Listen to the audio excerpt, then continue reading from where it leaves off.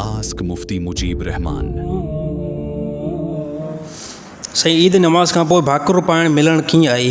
अच्छा, इन जी त कंहिं क़िस्म जो कोई ममन त न आहे थियल। ईद नमाज़ खां बाद में भाकुर जेकॾहिं पाए को मिले थो त गुंजाइश आहे इन जी। भाकुर पाइण सां, मुलाक़ात करण सां, तालुकात रखण सां नफ़रतूं जेको ख़तमु थींदियूं आहिनि, त बहितर कमु आहे। गले लॻाए बंदो, इन खां बाद में दुआ बि ॾिए। अरबी में दुआ आहे तक़ब्बल अल्लाहु मिन्ना व मिनकुम सालिहल अमाल। अल्लाह ताला क़बूल करे तव्हांजा नेक अमाल, असांजा बि अल्लाह ताला नेक अमाल क़बूल करे, ऐं अल्लाह ताला साले अमाल जी असांखे तौफ़ीक़ ॾिए। इहा ईद ॾींहुं बंदो हर हिकु मुस्लमान पंहिंजे मुस्लमान भाउ खे इहा दुआ ॾिए त पोइ जेकी ईद उल फितर आहे उनजे अंदरि असां रोज़ा रखूं था, ऐं हिन ईद जे अंदरि असां क़ुर्बानी था कयूं। हिन ईद जे अंदरि असां क़ुर्बानी कयूं था। त इहे जेके शयूं कंहिं क़िस्म जो कोई इन जी ममानत न आहे थियल, मिली सघे थो बंदो गलो। साईं कुझु माण्हू चवंदा, साईं कुझु माण्हू ईद गदीर कंदा आहिनि। इहा ईद छाजे करे कई वेंदी आहे, इन जी वज़ाहत कयो।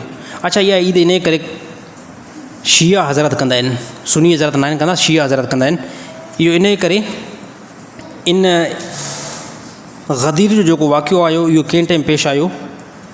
रसूलुल्लाह सल्लल्लाहु अलैहि वसल्लम आख़िरी हज कयो, नबी सल्लल्लाहु अलैहि वसल्लम आख़िरी हज कयो। इन खां बाद में नबी सल्लल्लाहु अलैहि वसल्लम दुनिया छॾे विया।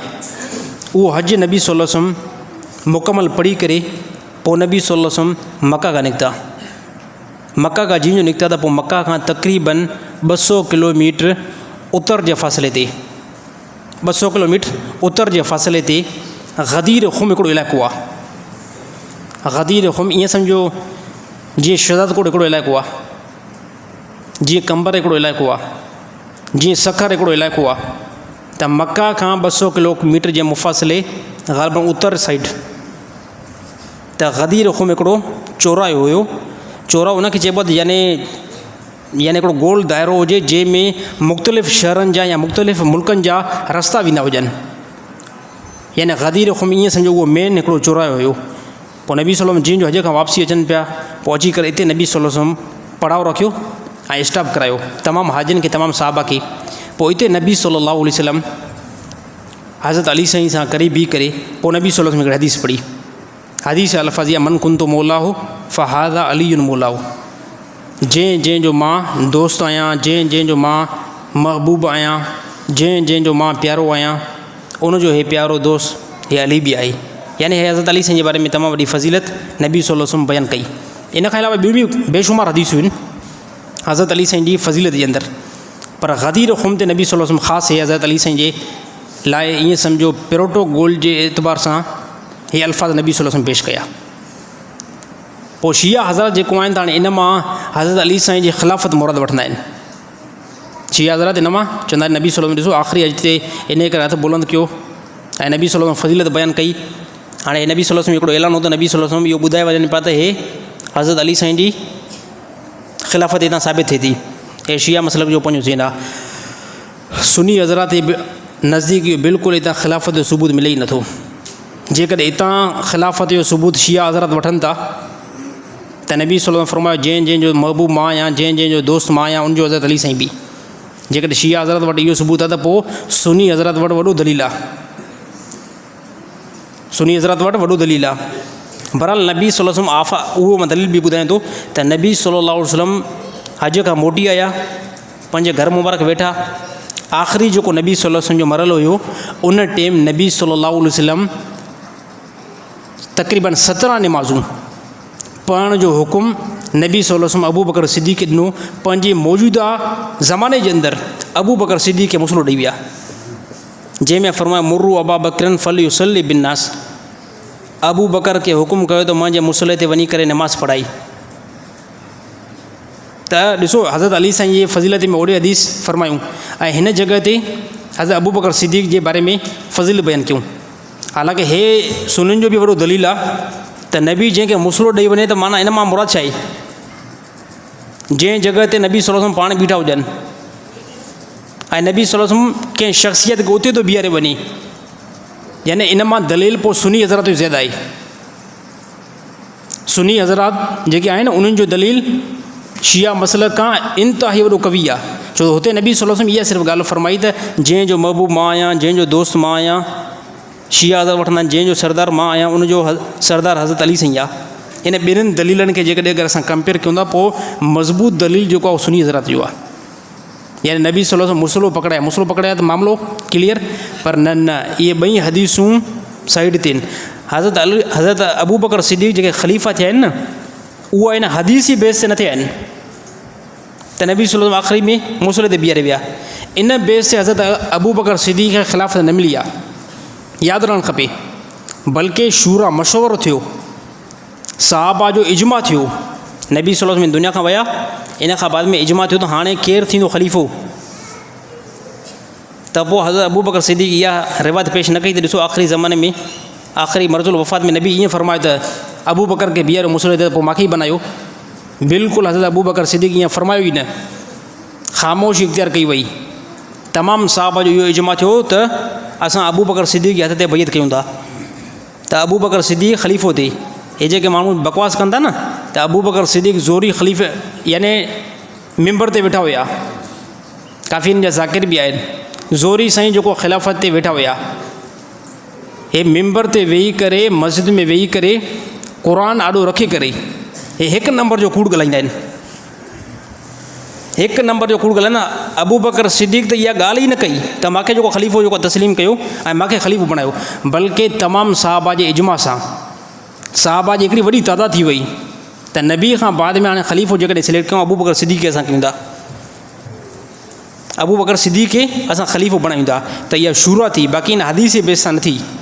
इन खां बाद में हज़रत अली साईं बि बैत कई त वाक़ई नबी खां बाद में जेकॾहिं को ख़लीफ़ो आहे त अबू बकर सिद्दीक़ आहे। बाक़ी इहा ईद जेकी आहे उहा शिया हज़रत वटि ईद आहे, बाक़ी सुन्नी हज़रत वटि बिल्कुलु इहा ईद न आहे। छो त कंहिं बि साहबी 18 ज़ुल्हज ते इहा न मल्हाई आहे। ऐं ॿिए नंबर ते काफ़ी शिया हज़रत इन ते तक़ियूं बि कंदा आहिनि इन बेस ते त 18 ज़ुल्हज ते हज़रत उस्मान रज़ियल्लाहु ताला जी शहादत आहे। 18 ज़ुल्हज थिया ई हज़रत उस्मान रज़ियल्लाहु ताला जी शहादत आहे। ऐं शिया मसलक वटि तक़ियो करणु इबादत आहे, तक़ियो करणु इबादत। मूंखे अलाए केतिरनि माण्हू ॿुधायो चए शिया हज़रत तक़ियो कंदा आहिनि, असां अबू बकर सिद्दीक़ खे तस्लीम कयूं था। काफ़ी मुस्लमान खे ॿुधाईंदा आहिनि असां अबू बकर सिद्दीक़ खे तस्लीम कयूं था, बाद में चवंदा असां इहो तक़ियो कयो आहे, असांजे दिलि में न ॿी का ॻाल्हि आहे, असां न आहियूं तस्लीम कंदा, असां न आहियूं मञींदा अबू बकर सिद्दीक़ खे। वाज़े तौर ते क्लियर टू द पॉइंट ॿुधाईंदा आहिनि त ईद गदीर जेको आहे उनजो इस्लाम में कंहिं क़िस्म जो कोई बि सबूत न आहे। हा 18 ज़ुल्हज ते नबी सल्लल्लाहु अलैहि वसल्लम आख़िरी जेको हज हुयो न नबी सल्लल्लाहु अलैहि वसल्लम जो, उन मौक़े ते गदीर ख़ुम ते नबी सल्लल्लाहु अलैहि वसल्लम इहो ऐलान हक़ीक़त में करायो आहे।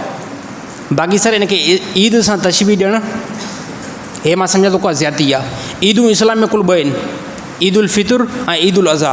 बाक़ी ॿिए कंहिं बि ईद जो सबूत जेको आहे रसूलुल्लाह सल्लल्लाहु अलैहि वसल्लम जी ज़िंदगी खां असांखे मिले ई नथो।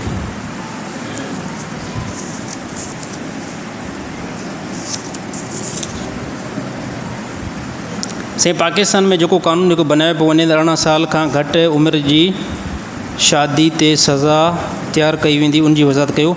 अच्छा, हे क़ानून जेको पास थिए थो ख़ासि करे पाकिस्तान जे अंदरि त 18 साल खां घटि उमिरि वारा शादी कंदा उनखे टंगींदासीं, इहो शरीयत खां ख़िलाफ़ु आहे, इहो क़ानून शरीयत खां ख़िलाफ़ु आहे। 18 साल खां घटि में औरत ऐं मर्द बालिग़ थी वेंदा आहिनि। 18 साल जी उमिरि खां घटि में साईं छा थींदो आहे, औरत बालिग़ थी वेंदी आहे, छोकिरो बि बालिग़ थी वेंदो आहे। ऐं जॾहिं छोकिरो ऐं छोकिरी बालिग़ थी विया त उनजो निकाह करण जो हुकुम आहे शरीयत में। हे इंतिहाई ग़लति बिल आहे, क़ुरान ऐं हदीस खां ख़िलाफ़ु आहे। हे जेके माण्हू चवंदा आहिनि मौलवी छा था कनि, हाणे बि जंहिंखे तव्हां वोट ॾींदा आहियो, जंहिंखे तव्हां सम्झो असांजे सभु कुझु आहिनि, हे उन्हनि बिल जेको क्लियर करायो आहे, उन्हनि पास करायो आहे। इस्लाम खां ख़िलाफ़ु बिल आहे, क़ुरान जे टकर में इहो बिल आहे, हदीस जे टकर में इहो बिल आहे। त 18 साल खां घटि में अगरि कंहिं बि औरत ऐं मर्द शादी कई त उनखे टंगियो वेंदो ऐं उनखे असां सज़ा ॾींदासीं। इस्लाम उमिरि बयानु कई न आहे सर, निकाह जे लाइ उमिरि सिलेक्ट जेकी आहे इस्लाम न कई आहे। इस्लाम सिर्फ़ु इहो ॿुधायो बालिग़ थिया आहिनि न थिया आहिनि।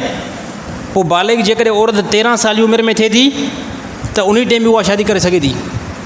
14 साल में औरत बालिग़ थिए थी उन टाइम बि निकाह करे सघे थी। 15 साल में बालिग़ थिए थी उन टाइम बि निकाह करे सघे थी। मर्द जेकॾहिं 15 साल जी उमिरि में बालिग़ थी वियो न त निकाह उहो करे सघे थो, कंहिंजे पीउ खे बि ताक़त न आहे उनखे रोके। छो त हे जेको मुल्क आहे मां तव्हांखे ॿुधायो न, अल्हम्दुलिल्लाह हे असांजो मुल्क जेको आहे हे इस्लामी लेवल ते मुल्क आहे, इस्लामी लेवल ते हे असांजो मुल्क आहे। अफ़सोस इहो आहे त जंहिंखे असांजी पब्लिक सपोर्ट करे थी न, त उनखे शायदि इहो क़ुर वारो क़ानून उन्हनि खां हज़म नथो थिए। एक सभु हे माण्हू असांजो मथो खाईंदा आहिनि, यार छा थियो आहे, मौलवी छो असेंबली में बीठा आहिनि, छो बीठा आहिनि असेंबली में, कहिड़ो इन जो कमु आहे, ॾाढ़ीअ ऐं पटके सां न हुजनि इहो बिल। इन जे ख़िलाफ़ु हिन टाइम जेकी तरदीद कई आहे उहा बि अहले इल्म उलमा कई आहे, इहा बि उलमा कई आहे। ऐं जेकॾहिं अहले इल्म न हुजनि न, पोइ शायदि असांजो हशर इंतिहाई ख़राबु थी वञे। त इहो जेको बिल आहे इहो क़ुर हदीस खां ख़िलाफ़ु आहे। ऐं इन ते तमामु जेके असांजा वॾा अकाबिरीन आहिनि उन्हनि ते इन ईद खां बाद में इन ते रिएक्शन जो फ़ैसिलो कयूं। त इनशा अल्लाह असां हर हिकु जॻह ते बीह करे इहो बिल जेको असां वापसि कराईंदासीं। ऐं इहो क़ुर हदीस खां बिल्कुलु ख़िलाफ़ु आहे, जंहिंमें मौलाना फज़लुर रहमान साहब, मुफ़्ती तकी उस्मानी साहब ऐं तमामु जेको मसलक जा ॿिया उलमा बि इन जे अंदरि मौजूदु आहिनि। अल्लाह ताला उलमा जी हिफ़ाज़त करे। साईं हलाल जानवर जी ओजरी खाइणु कीअं आहे? अच्छा, हलाल जानवर जी ओजरी जेकी आहे दुरुस्त आहे। बकरी जी ओजरी, मेंह जी ओजरी, गऊं जी ओजरी, उठ जी ओजरी, उनखे चङी तरीक़े सां साफ़ु करे खाइणु उनजो हलाल आहे। हराम कंहिं बि उलमा हलाल जानवर जी ओजरी खे न आहे लिखियो, बल्कि उहो बंदो खाई सघे थो, शर्त आहे त चङी तरह उनजी सफ़ाई करे ऐं पोइ उनखे पचाए करे पोइ उनखे खाधो वञे। ओजरी हराम न आहे साईं, या हराम आहे साईं? अलाए कंहिंखे इश्काल आहे त उथी बीहे भले।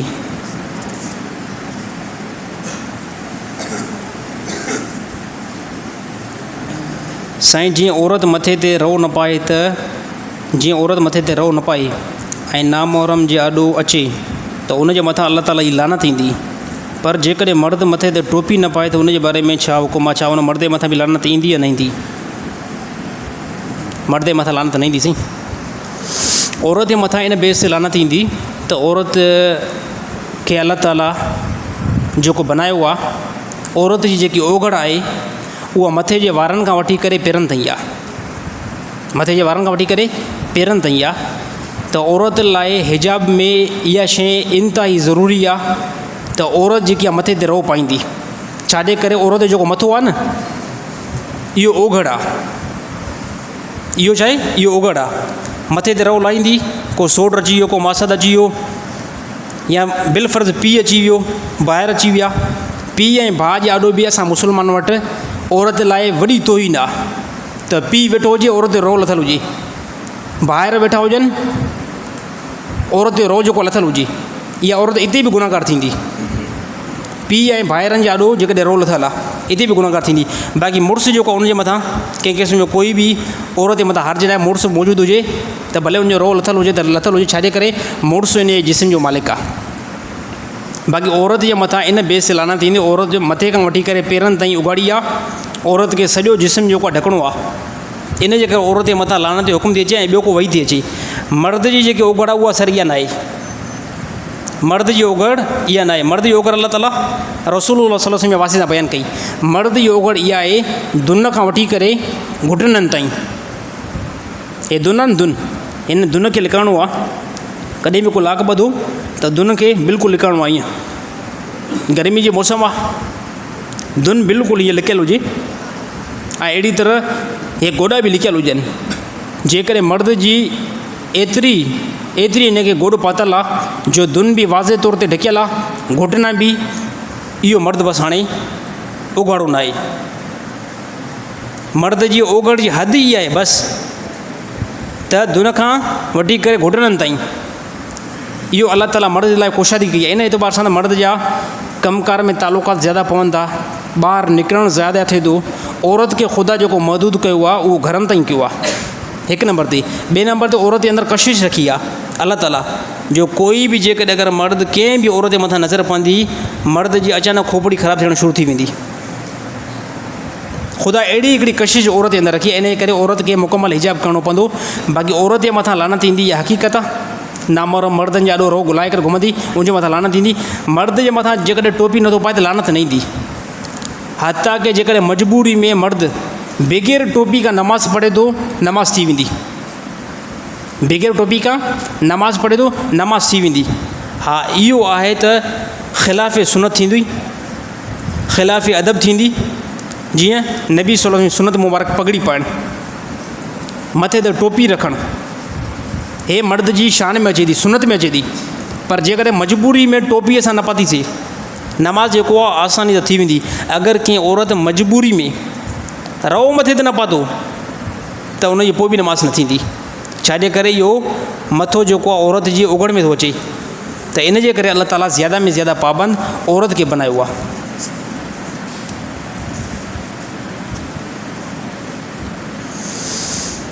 साईं, उहो कहिड़ो ॾींहुं आहे जंहिं ॾींहुं सख़्त खां सख़्तु घरवारी बि पंहिंजे मुड़ुस सां राज़ी थी वेंदी आहे? हे साईं कहिड़ो अजीबो ग़रीब सुवालु आहे। सख़्त खां सख़्तु घरवारी बि, साईं इन जो को क़ुर हदीस खां को सबूत न आहे, हिकिड़ो ईअं सम्झो लोकल हिकिड़ो सुवालु आहे। इन जो जवाबु काफ़ी माण्हू इहो ॾींदा आहिनि त जंहिं ॾींहुं मर्द खे पघार मिले उन ॾींहुं सख़्त खां सख़्तु घरवारी बि पंहिंजे मुड़ुस सां ज़्यादा जेको राज़ी थी वेंदी आहे। हिकु नंबर ते इहो, ॿिए नंबर ते मुड़ुस शॉपिंग कराएसि। केॾी बि सख़्तु माई हुजे, केॾी बि सख़्तु माई हुजे, त मुड़ुस जॾहिं उनखे शॉपिंग कराईंदो, कपिड़ा वठी ॾींदो, बहितर जॻह ते उनखे घुमाईंदो, खाराईंदो, पीआरींदो, सख़्त खां सख़्तु घरवारी बि उन टाइम राज़ी थी वेंदी आहे। घरवारी जी तारीफ़ कई, घर में घरवारी भाॼी पचाई आहे पर बेकार पचाई अथई, पर ईअं चयो सुभान अल्लाह, मूंखे ॿिए कंहिं औरत जी भाॼी वणंदी न आहे, तुंहिंजी भाॼी जेकी हथनि जी ॾाढी मूंखे वणंदी आहे। पोइ ॾिसो साईं, औरत खां अक्सर कमु ईअं वठंदा कयो, घर वारनि खां अक्सर कमु ईअं वठंदा कयो त उनजी तारीफ़ उनजे मुंहं ते कंदा कयो, तारीफ़ उनजे मुंहं ते कंदा कयो। बाक़ी औरत आहे जल्दबाज़। 2-3 ॾींहं अॻु में मूंसां हिकिड़ो साथी मिलियो, मां नमाज़ पढ़ी करे ॿाहिरि निकितुमि, चइसि मूंखे पंहिंजी घरवारी एतिरो त परेशान कयो आहे, एतिरो त मूंखे परेशान कयो आहे, चई दिलि चए थी मां पाण खे गोली हणी छॾियां। मां चयो यार ईअं न कजांइ, गोली पाण खे न हणजांइ, गोली हणंदे यानी ख़ुदिकशी थींदी। चइसि मूंखे परेशान एतिरो कयो अथई सभु त मुड़ुसनि खे औरतूं जेको आहे परेशान न कनि। मुड़ुसनि खे जेतिरो परेशान न कंदियूं ओतिरी मुड़ुस जी इनशाअल्लाह उमिरि जेकी आहे अल्लाह ताला वधाईंदो। छो त मर्दनि जो ॾिसो न, थोरो एतदाल सां जेकॾहिं औरतूं सम्झनि त मर्दनि जो औरतुनि जे मथां वॾो अहसान आहे। औरतूं सिर्फ़ु घर में वेठी हुजनि, ॿाहिरि मज़दूरी लाइ मर्द वेंदो, कमकार लाइ मर्द वेंदो, सॼो ॾींहुं गर्मी ते कमु करे शाम जो सब्ज़ी वठी ईंदो, हा साईं, अटो वठी ईंदो, ईद ते औरत खे लिबास पाराईंदो, औरत खे हर शइ ज़रूरत जो सामान वठी ॾींदो, त कम से कम औरत सम्झण जी थोरी कोशिशि करे। त इन करे नबी सल्लल्लाहु अलैहि वसल्लम फरमाए, ॾिसो का त मर्द जे अंदरि का ख़ासियत हुई जो नबी सल्लल्लाहु अलैहि वसल्लम फरमाए, अगरि मुंहिंजे शरीयत में सजदे जो हुकुम हुजे हा त मां छा कयां, औरतुनि खे हुकुम कयां त अची करे मुड़ुसनि खे सजदो कयो। त औरतूं जेको आहे मुड़ुस जी जॾहिं क़दुरु नाहिनि कंदियूं न, क़दुरु नाहिनि कंदियूं जॾहिं औरतूं, त पोइ अल्लाह ताला उहा नेमत उन्हनि खां खसींदो आहे।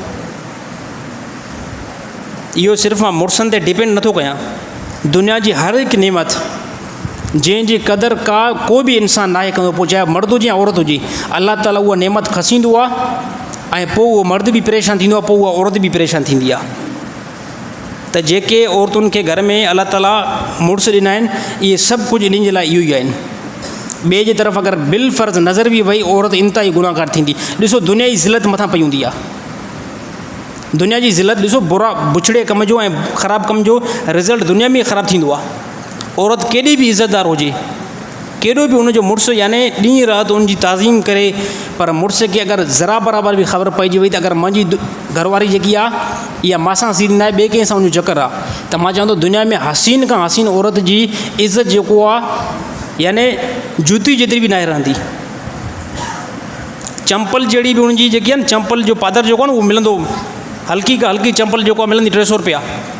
पर जेकॾहिं अगरि कंहिं मुड़ुस खे ख़बर इहा पई, ख़बर हिकिड़ी पई, त उन मुड़ुस जी नज़रुनि में उहा औरत हमेशह जे लाइ ईअं ई किरी पवंदी आहे। अल्लाह ताला हिकिड़ो हलाल रस्तो बनायो आहे, इहो हुकुम मर्दनि लाइ बि हुई आहे ऐं औरतुनि लाइ बि सेम सेम इहो ई आहे। अल्लाह ताला जेकी हलाल औरत करे ॾिनी आहे, इहा ई सभु कुझु आहे। पोइ अल्लाह ताला अॻिते वज़ाहत कई, 2 कयो 3 कयो, हराम रस्ते तरफ़ ए इंसान न वञो, अगरि वेंदो छा थींदो, दुनिया में अल्लाह ताला तव्हांखे ज़लील कंदो। दुनिया जी ज़िलत असां ॾिठी आहे, दुनिया जी ज़िलत असां ॾिठी आहे। अलाए केतिरा